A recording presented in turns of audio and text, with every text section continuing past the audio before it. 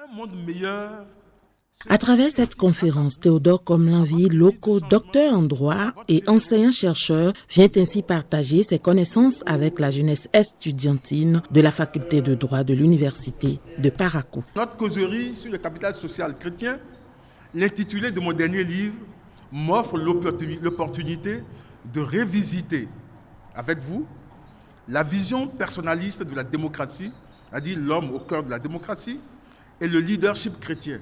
Quand je suis croyant et je vais à l'université, je sais à quoi. À travers la pastorale, donc le thème proposé, de la socialisation politique, qui met l'homme et les valeurs au centre du développement.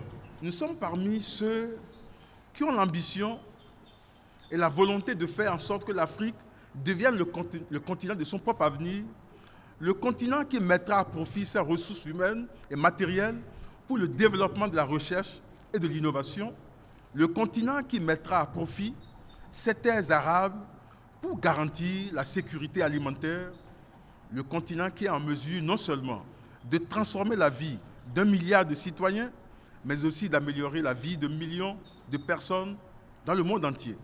Pour réaliser ce rêve, l'Afrique devra prendre son grabat et marcher. Et ça, même le pape Benoît XVI l'a souligné dans son exhortation post-synodale Afriche Munus, signée à Ouida au Bénin en 2011. C'est le pape qui parle. Je redis que ce n'est ni d'or ni d'argent que l'Afrique a d'abord besoin. Elle désire se mettre debout comme l'homme de la piscine de Bethesda. Elle désire avoir confiance en elle-même, en sa dignité de peuple aimé par son Dieu.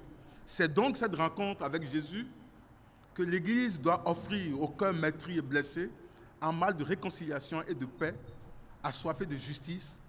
Nous devons offrir et annoncer la parole, dit le pape, la parole du Christ qui guérit, libère et réconcilie. Dans nos universités, la théorie générale de l'État, telle qu'elle est enseignée, est incomplète.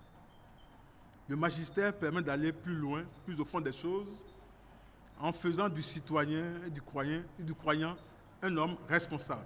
Pendant environ 2 heures d'horloge, le conférencier a tenu en haleine l'assistance. La richesse des échanges prouve l'intérêt des étudiants à la thématique. Pour rappel, Théodore Komlanvi Loko, né en avril 1954, fut ambassadeur extraordinaire et plénipotentiaire du Bénin près le Saint-Siège de 2010 à 2016.